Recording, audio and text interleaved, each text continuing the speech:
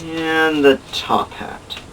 I need a top hat on this show just to kind of complete my formal ensemble. That would be awesome. Hey everybody, Tekking101 here to do Bleach chapter number 518 review. Before I get into it though, I should give a very brief shout out to Helen Ichimaru, who entered the wristband contest a couple weeks ago, and I somehow overlooked her shout out that she should have received. So I'm really sorry for that, really apologize, just a lot of stuff going on right now. So yeah, shout out to Helen Ichimaru. Aside from that, what else are we looking at today, guys? We have chapter 518. Okay, I'm gonna have fun near the end. Alright, let's get to this.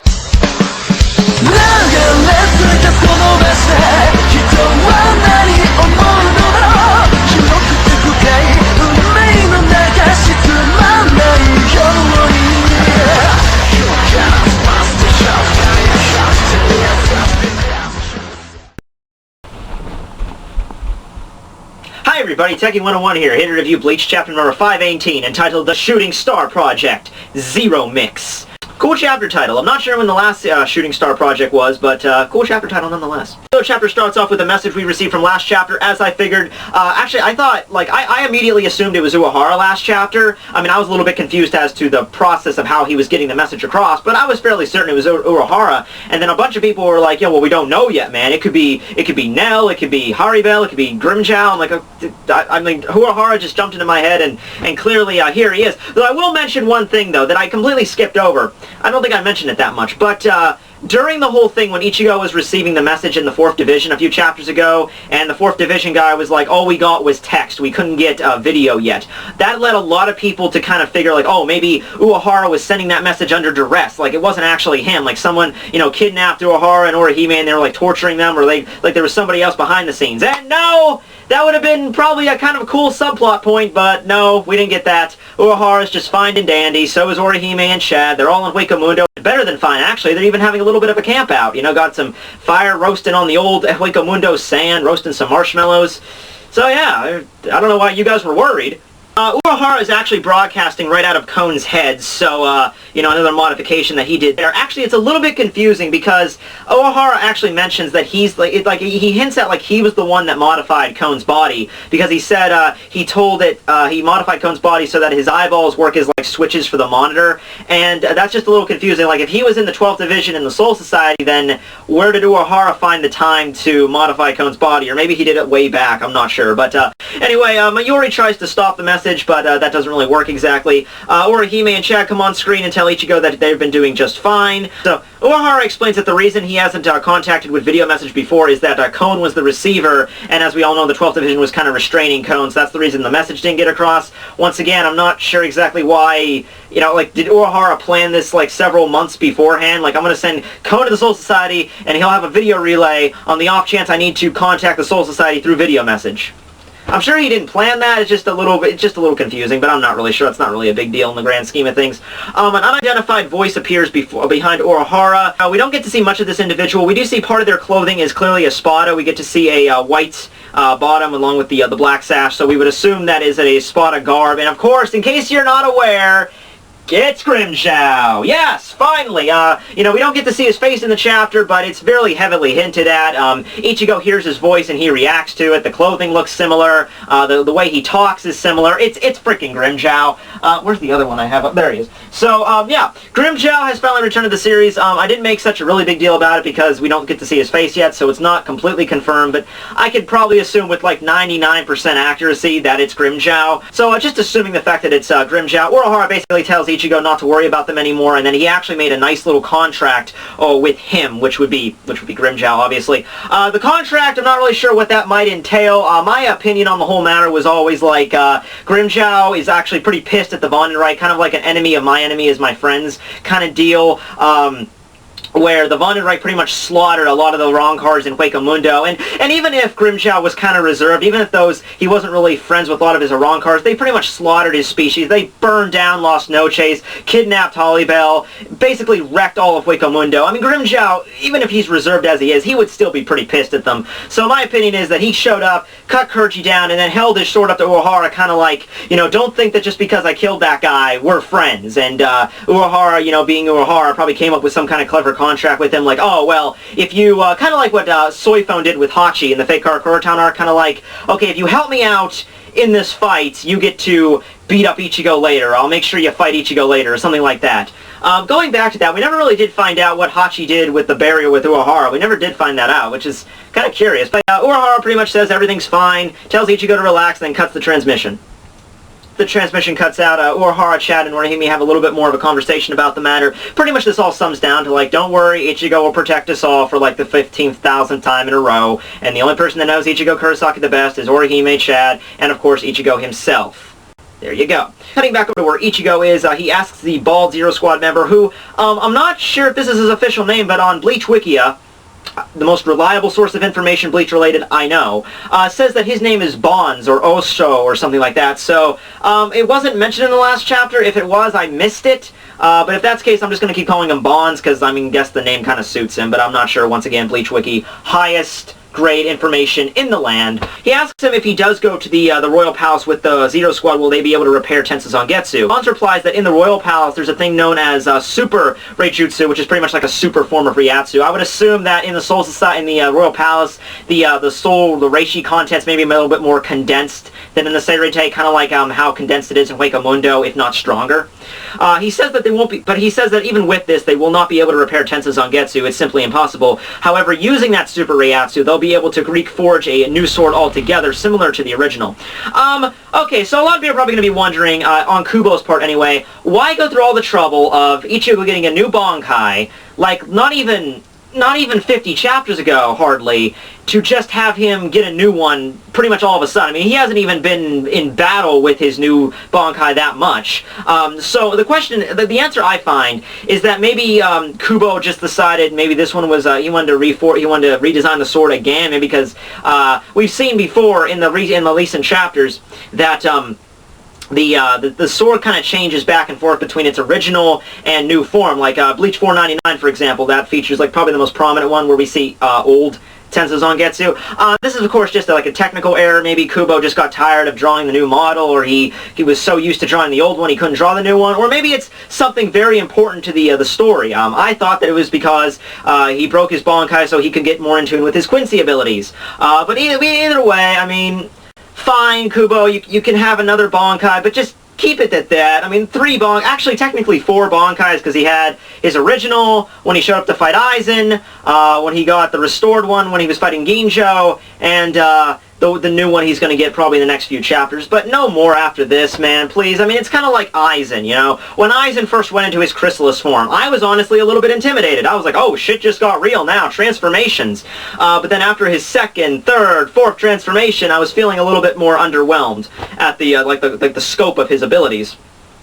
So just saying, you know, transformations and like modified weapons and stuff, they can work in a manga or anime, but just don't make it so frequent. That's like the one thing you want to be worried about. But in either case, after hearing this information and not having to worry about his friends anymore, he decides to go to the Royal Palace pretty resolutely. Okay, so moving on, we have... What the hell?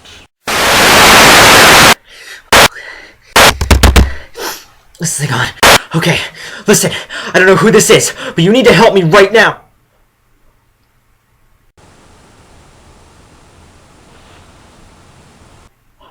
No. No, God, no, not you, please, no. Oh, damn it, why don't I have more friends on my Skype? Okay, listen to me. I know you're the sociopathic bastard that threw me into this situation to begin with. Hey, nice to see you too, man. But I want you to look into the brightest, darkest spot of your heart, and please help me out of this situation. Oh, well, oh, you did great in that apology, by the way. I would like to help, but I'm a little bit more curious, about why you're not in the Dragon Dungeon. So, what, you escaped from that, or what's the deal here? Actually, I was, and you know what, disregarding all the dragons and the giant snakes that ran me through that was 10 times better than the hell I had to deal with, because after I got out, I'm all cold and all... Hey, dude, just stop, okay, what I'm going to need you to do is find something called the point, and then get to it. Alright, listen. There is something out here. Okay, I don't know what the fuck it is, but it's been chasing me ever since the sun went down. I see these figures shifting behind the trees, and my head starts feeling dizzy, and I found these notes all over the frickin' place, and... Look, Dude, calm down, alright? Jeez, you sound like you're about to piss your pants. We are way beyond that point! Oh, God, TMI. Okay, where are you? Like, exactly. I don't know, I'm in this cabin out in the woods. I don't know, I had a laptop in it. Apparently there's good Wi-Fi out here. I'm not sure, but the battery's gonna die in a few seconds. You have to help me, man.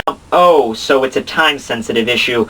Yeah, I'd love to help, I really would, but I'm kind of in the middle of this chapter thing that I do, and it's kind of like halfway done, so... You are not going to abandon me to do a manga review! Well, to be fair, it's not just a normal chapter. I mean, the Zero Squad showed up, we're getting to see the Royal Palace soon. I mean, these are answering questions that we've wanted to know for a long time. I don't care what... Oh, are you serious? Wow, cool. Like, do they look all really badass? Oh, is Kiryu Hikefune like a really hot chick? She might have been? Fuck. I think there's somebody here. Oh god, no! Oh, see, good, that guy will help you out. I mean, he seems friendly enough. I'm sure you guys will be great friends. Okay, so, moving on with the chapter. Okay, so now we cut over to Kukaku Shiba's house. Wow, Kukaku! Haven't seen you in a while. You know, I have an idea why Kubo's bringing back all these older characters all of a sudden, but I'll get to that a little bit later. We show up at Kukaku's house where we have the running gags with her, like the giant sign in front of her house that alerts everybody that where she is. We also have like Ichigo asks exactly what they're going to launch with the flower crane cannon. I'm not sure. I guess they drag that thing there, I'm assuming. We find out that the pillar that they arrived in actually was shot down using the Super Ryatsu, what does not exist in the Seirete. But yeah, long story short, they can't fire it down under its own power, so they have to use Kukaku's cannon in order to launch it back into the sky toward the Royal Palace. Oh, and in case you're wondering why Kukaku never used this method to take anybody up to the Royal Palace before... Because shut up, that's why. Ichigo brings up the question of where exactly Gonju is, which I'm a little curious too. I don't think we've seen Gonju in canon in the manga ever since the end of the Soul Society arc, like a really long time ago. I know he was in a couple fillers, but even in the anime, I think he was only in the Bound arc, and that was it. But Kukaku states that he actually turned Gonju into stone statues to hold up the sign, which is obviously a bold-faced lie, but it was still kind of funny. I also find it interesting that Kukaku remodeled the designs to be Gonju, so maybe that indicates that Kukaku maybe has a little bit more respect for Gonju, respect for her little brother, because before, I mean, she loved him, he's her brother, she's her brother, but never really had much respect for him. Maybe that's changed ever since we've seen him last, because we have not seen Gonju for a very long time. So next page, Kukaku launches them into the air, and Ichigo also brings up the fact of how stupid of a version of transportation this is, because there's no seatbelts. Once again, most elite squad in the entire Seirete. Preferred method of transportation, getting launched in the ground in a giant pillar. Whatever. Ichigo leaves. Gonju finally shows up behind Kukaku, asks if that was okay to send them, to which Kukaku replies a little bit more quizzically, their uncle will be sad. And I'm not exactly sure what they meant by this. I thought she was referring to Kaien, because the only Shiba family we know is Kukaku, Gonju, and Kaien. But I read this version, I read a couple other versions, the manga stream version, they all say uncle, so I'm not sure where you're going with this. Shiba clan uncle, I don't know. I mean, would they even really have to have the Shiba clan family name? I assume they would, but maybe there's a special case in there, I don't know. But little idea for, but little foreshadowing maybe for a future chapter. In the background, we also get 3 newcomers that appear in front of Kukaku. Kukaku tells them to go back to the training area because she picked them out of Rukongai. Basically, they were just wandering around. They complain a little bit, to which we finally see a full view of Gonju and the 3 dead Xcution members! Ginjo, Griko, and Tsukishima! Alright. I bet a lot of you were probably expecting... Gonju looks pretty badass, by the way, but I bet a lot of you guys were probably expecting me to freak out over this after you read this. I knew this was going to happen. I mean, it was like they were regular humans. People brought this up even back in the Fullbringer arc, that they're regular humans, so when they died, it stands to guess that they would go to the Soul Society. I have a little bit of questions exactly how Kubo God sorted that out.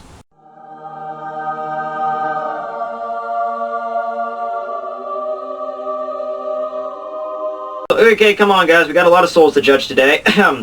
Alright, Gariko Kurtsawa, what's up? Let me see here, you are a Fullbringer, you killed your own wife, you got a power that made you think that you were a god until you eventually got cut down by the beast Kenpachi. Let me see here, you get to go to heaven. Yeah, well screw you! Wait, are you serious? Yes, you get to go to heaven. That's so awesome! I killed my wife and I get to go to heaven? Holy crap! I can't believe what kind of sucker ends up in hell with those kind of rules. Go fuck yourself with an iron rod. Alright, what's next? We have Shukaru Tsukishima. Let's see, you are also a Fullbringer, had the ability to mess up people's past, severely mindfucked a couple hundred people, caused them mentally to rest into an asylum for all eternity. You as well get to go to heaven, beast. Now, lastly, Grimmjow Kujo. What the hell are you even doing here? I know, man, that's what I'm trying to figure out. I mean, listen about this really quick. Let's just actually analyze this strategically here, okay? Let's start at the beginning.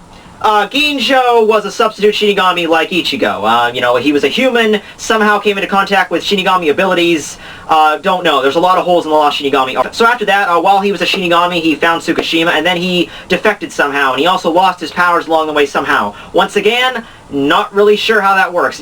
Looking back, it just wonders how many gaps there were in the Fullbringer arc to begin with. But, so, you know, Soul Society, he got defected from the Soul Society, lost his powers, still had Fullbringer powers for some reason, so I'm assuming that when he was born, his mother was attacked by a hollow, so he was already a Fullbringer by the time he got his Shinigami powers, and then he lost his Shinigami powers, then he regained them in the fight against Ichigo, and then Ichigo killed him, and they took his body to the Soul Society, and then Ichigo took his body back, and buried him in the living world, and now his soul is in the Soul Society. That's the part I'm trying to understand. If his body was, I mean, did his soul go to the Soul Society and they just wanted his body there for good measure? Or did they just take did his soul just go afterwards? Or was burying him the one that sent it over the edge? Or, I don't know. I don't freaking know. I mean, Grimmjow's in the Soul Society. Wasn't expecting him to, but, okay, I guess. But my question is, since you guys are all in the Soul Society and your Fullbrings all clearly work, because we see Tsukishima with his sword out, so I'm assuming the Fullbring abilities still work even in the Soul Society, where were you guys during the whole Vandenreich invasion, blowing up the Soul Society kind of fiasco? Where were you when that was going on? Busy, reading a book, lost track of time. Okay, you know what? Just screw you guys. I don't even care anymore. Okay, guys, so in case you're curious as to why Kubo's bringing out all these characters, I can guarantee you that probably most of them, maybe not all of them, but most of them are going to be partaking in kind of like the Vandenreich version Take 2, because Kukaku even mentioned, you know, she's going to throw Ganju into the next fight, whether he likes it or not, so I hazard a guess that the Xcution members are going to be in there too.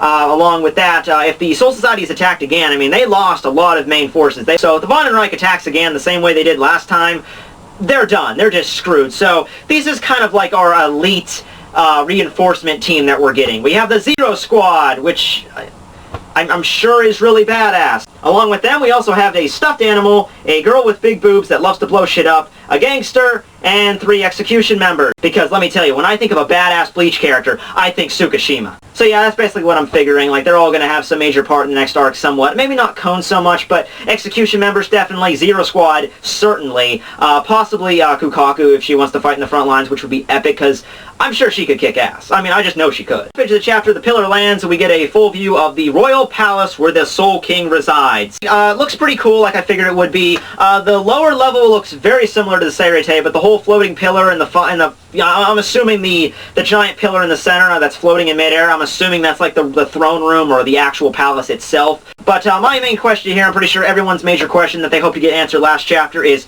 who is the Soul King? What is the Soul King if it's an inanimate object? And more importantly, why did they not interfere during the entire Vandenreich invasion? Making toast! Seriously?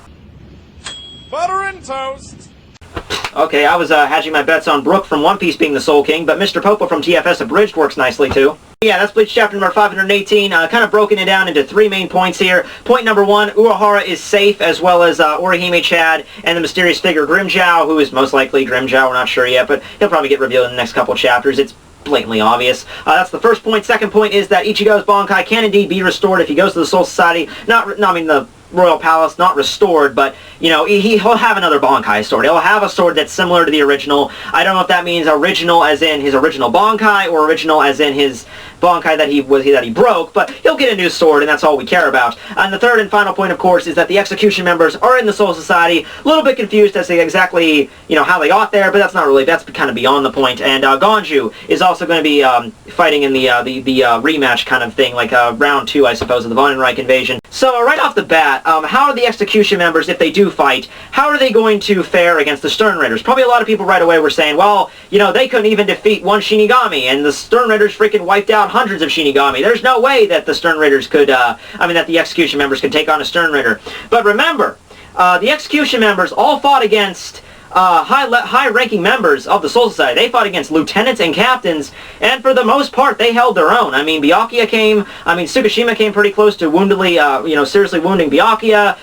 Freaking Gariko. Okay, Gariko got cut in half like immediately, but I'm sure if he was fighting anyone except Kenpachi, he would have lasted a little bit longer. And as far as Ginjo, he has if he still has his Bankai, if he still has Ichigo's powers, then he would have a Bankai. He would be pretty good fighting against the Stern Rider. So, I'm not sure if they would all be able to, like, massively wipe out, and, plus the fact they've been trading with Kukaku and Ganju, but I could see Tsukishima's powers being affected against them. I could see, maybe Gariko's using his timing ability somehow. Oh, great idea with Gariko. Maybe he could be setting a timer, kind of like, you can use your Stern Riddle ability for, like, 2 minutes and that's it. Maybe he could use it like that somewhat, like, oh, Asnot, you can only use that Fear Thorn ability for, like, 2 minutes and then you're done. I'm not sure if he could do that, but maybe possibly.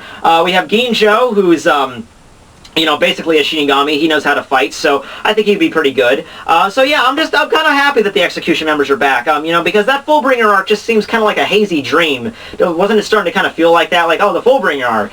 Yeah, did that happen, like, at all? I kind of forgot about it. But yeah, it's nice to know Kubo's referencing them again, and it wasn't just like a throwaway arc just to get Ichigo's powers back, so that was cool. Ganju, I'm sure, is pretty much powerful. I mean, it's been several hundred chapters since we've seen him. I'm sure he's pretty bad. But yeah, that's Bleach chapter number 518. Thanks, guys, for watching. Tekking101, signing out.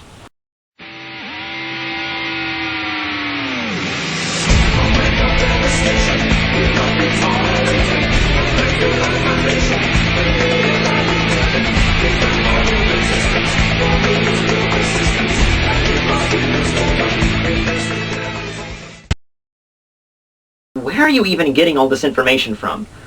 I'm, God. I kind of just have it.